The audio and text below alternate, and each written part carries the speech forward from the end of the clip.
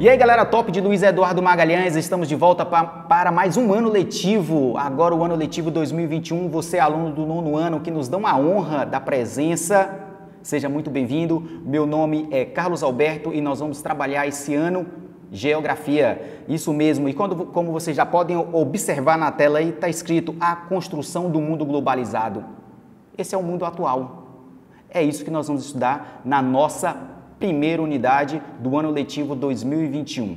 Beleza? Galera, o que é o mundo globalizado? Ou o que nós precisamos saber?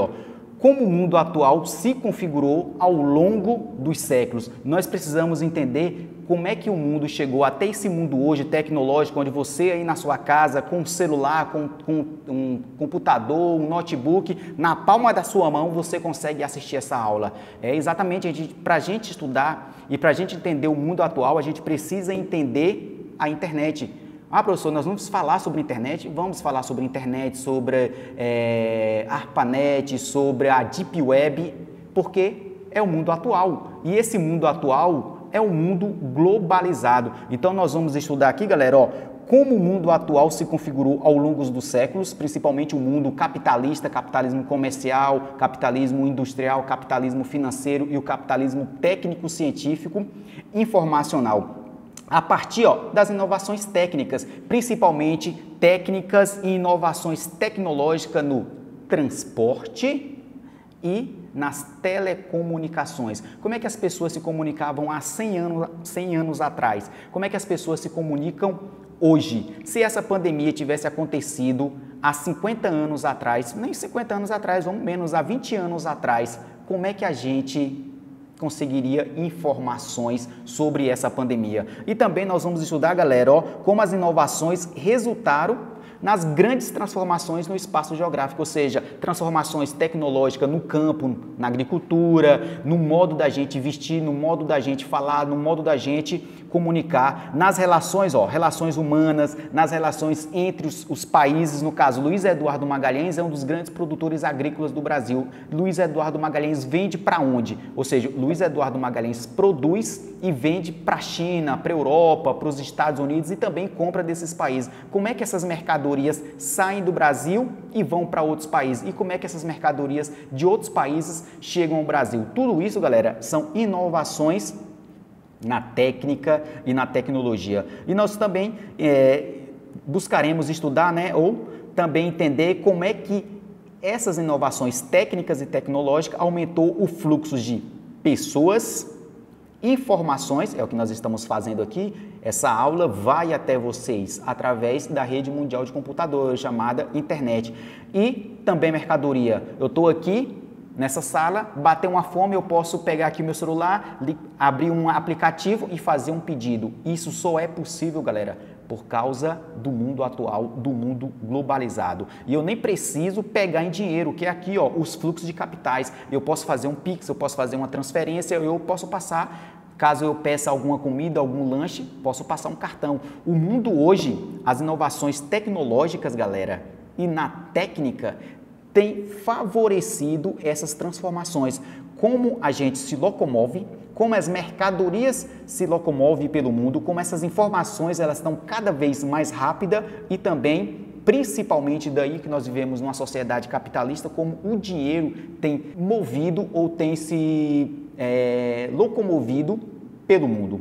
Beleza? Isso e muito mais nós vamos estudar nessa unidade que nós vamos focar sobre o mundo atual ou sobre o mundo globalizado. Mas para a gente chegar ao mundo atual, a gente precisa entender como é que surgiu essa ideia de globalização. Nessa charge que a gente observa aqui, tá até aqui, pronto, está chegando a globalização. E é justamente, galera, quando começou a globalização, embora o termo globalização tenha sido criado no século XX, mais ou menos em 1980, 70, não é novo essa ideia. Começa com o período das grandes navegações. Os europeus, nesse mapa bem aqui embaixo, aqui, os europeus estavam ali restritos à Europa, os asiáticos, chineses, indianos ali na Índia, os índios aqui no Brasil, eles não se comunicava. Portugueses lá em 1500, 1400 não sabia que existia índio. Os índios muito menos sabiam que existia os asiáticos. Os asiáticos sabiam pouco sobre a Europa. É através do transporte, das grandes navegações, que começa a ocorrer a comunicação das pessoas. Então, o crescimento desse fluxo principalmente pela evolução da tecnologia, hoje cada vez mais dos meios de comunicação e transporte, trazem a sensação de que o mundo está cada vez menor. Essa ideia do mundo cada vez menor, galera, é essa ideia de globalização. Ou seja, o que acontece em Luiz Eduardo Magalhães, a Europa sabe, o que acontece na Europa, um jogo de futebol da Champions League, ao vivo, está acontecendo lá na Europa, Real Madrid e Barcelona, a gente consegue assistir aqui em Luiz Eduardo Magalhães. Tudo isso é possível por causa da globalização. Por isso que recentemente, nesses últimos anos aí, a gente escuta muito ouvir falar que o mundo agora é como se fosse uma aldeia global. O que é a ideia de aldeia global? Vem do fato de que o mundo ganha um sentido de lugar pequeno, conhecido por todos. Ou seja, uma tsunami pode acontecer lá no Japão e ao vivo ou praticamente no mesmo tempo a gente acaba sabendo aqui. Rede mundial de computadores, internet, Facebook, Instagram. Hoje a informação, o conhecimento está cada vez mais veloz. Até também, como eu falei no início aqui da minha fala, a locomoção de pessoas, mercadorias, capitais e serviços, tudo isso é influenciado por causa da globalização. Então nós temos essa ideia de que o mundo ele está ficando menor. Para a gente não confundir, galera, existem dois termos que é a chamada a mundialização e a globalização. A mundialização é mais uma questão mais econômica, ou seja, o Brasil produz algo, gêneros agrícolas e minério, vende para a Europa rapidamente. A Europa, África, China, principalmente, produzem e vendem para o Brasil. Mas a ideia de globalização ela é mais ampla, envolve a homogeneização de certa padronização de costume. Você já ouviu falar de K-pop?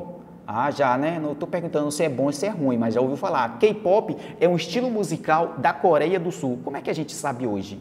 Como é que a gente conhece alguns artistas, algumas bandas como BTS? Como é que a gente sabe disso?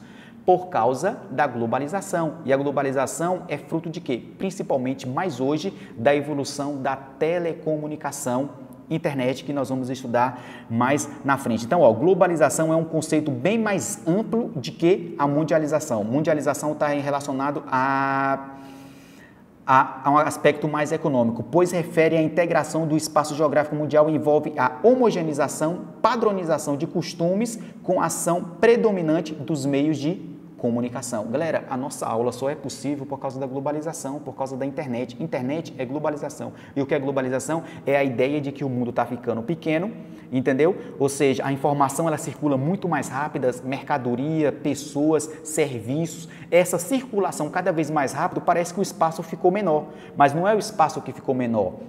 É a evolução na técnica e nas tecnologias de informação e também de transporte. Beleza? Seguindo aqui, galera, então, como é que se deu a globalização no decorrer do tempo? Antes da globalização ou do capitalismo, existia o feudalismo. Todo mundo vivia ali no seu feudo pequenininho ali na Europa, até no Japão também tem uma ideia de feudo. As pessoas não se locomoviam, produziam em determinado espaço, essa produção era consumida por aquela própria região.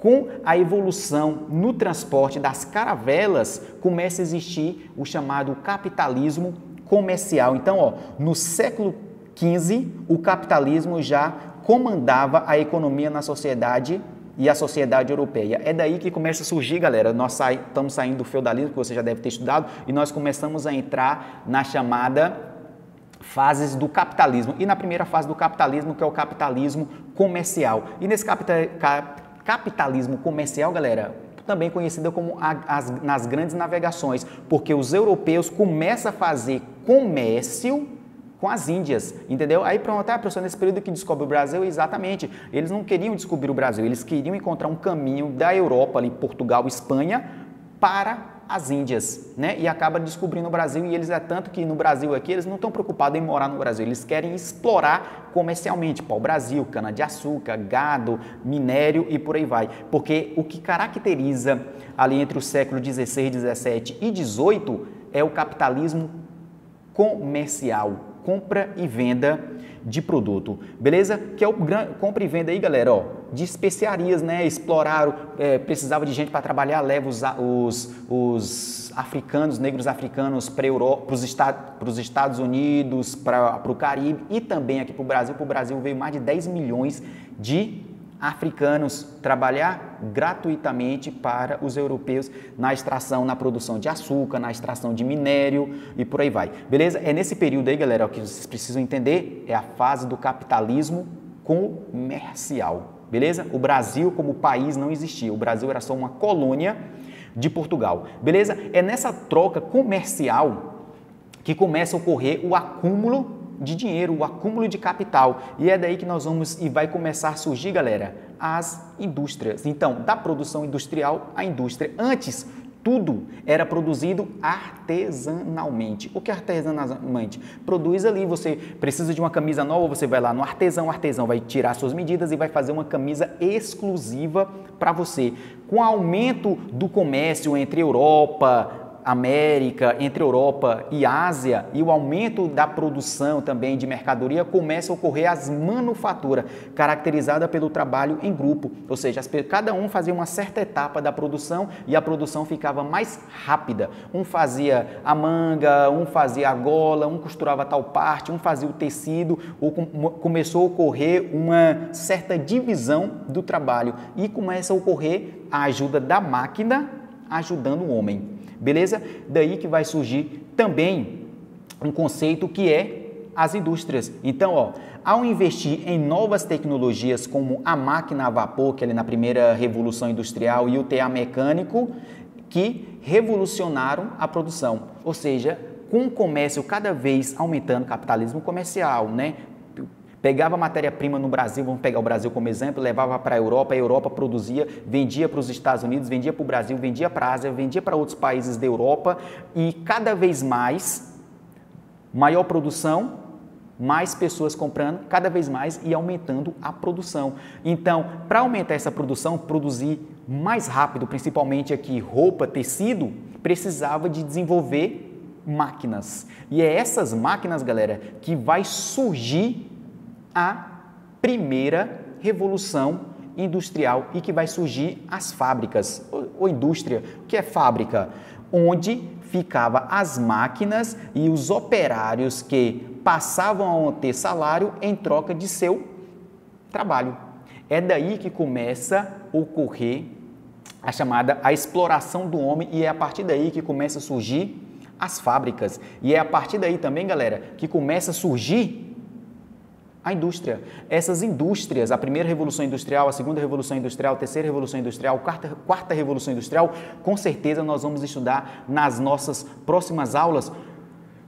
E nessa etapa aqui, ó, também começa a ocorrer o surgimento das fábricas, que também começa a surgir a produção em larga escala. O que é produção em larga escala? Uma grande quantidade de bens produzida em um determinado lugar. E o que é produção em série? Essa camisa que eu estou usando. Você acha que essa empresa que fez essa camisa aqui só produziu essa camisa? Não, ela produziu em série, bens fabricados de acordo com um padrão. Ou seja, existe um padrão dessa camisa, gola polo, punho aqui um pouco mais apertado. Então, essa empresa deve ter produzido centenas dessa mesma cor com esse mesmo modelo. Então, é uma produção em larga escala e em série. Então, as inovações na maneira de produzir aceleraram o processo de expansão do capitalismo, entendeu? Desencadeando profunda transformação no espaço geográfico. E essa transformação no espaço geográfico fez com que ocorresse na Inglaterra a primeira revolução industrial. Nas nossas próximas aulas, no caso, a partir da semana que vem, nós vamos começar a estudar e entender as revoluções industriais e esse impacto das revoluções industriais na transformação da sociedade humana. Beleza? Conto com a participação de vocês, tenha todos vocês um excelente ano letivo e até o nosso próximo encontro, se Deus permitir.